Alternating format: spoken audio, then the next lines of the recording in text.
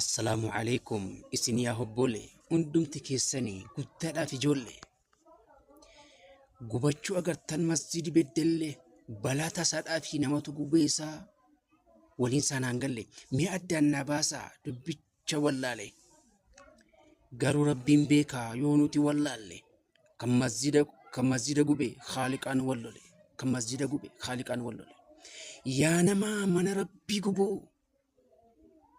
Rabbiin danda'aadha inni si haa obu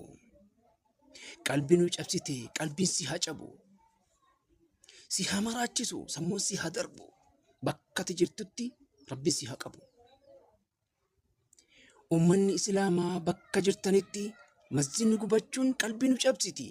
ummata yahudaaf dalagaa jaraati mismaarri haguma dhaaniin gaditti jabaatti atis naa jabaadhu dalagaa khayriitti ijaari masjida irratti hirmaadhuuti. والسلام عليكم ورحمة الله وبركاته.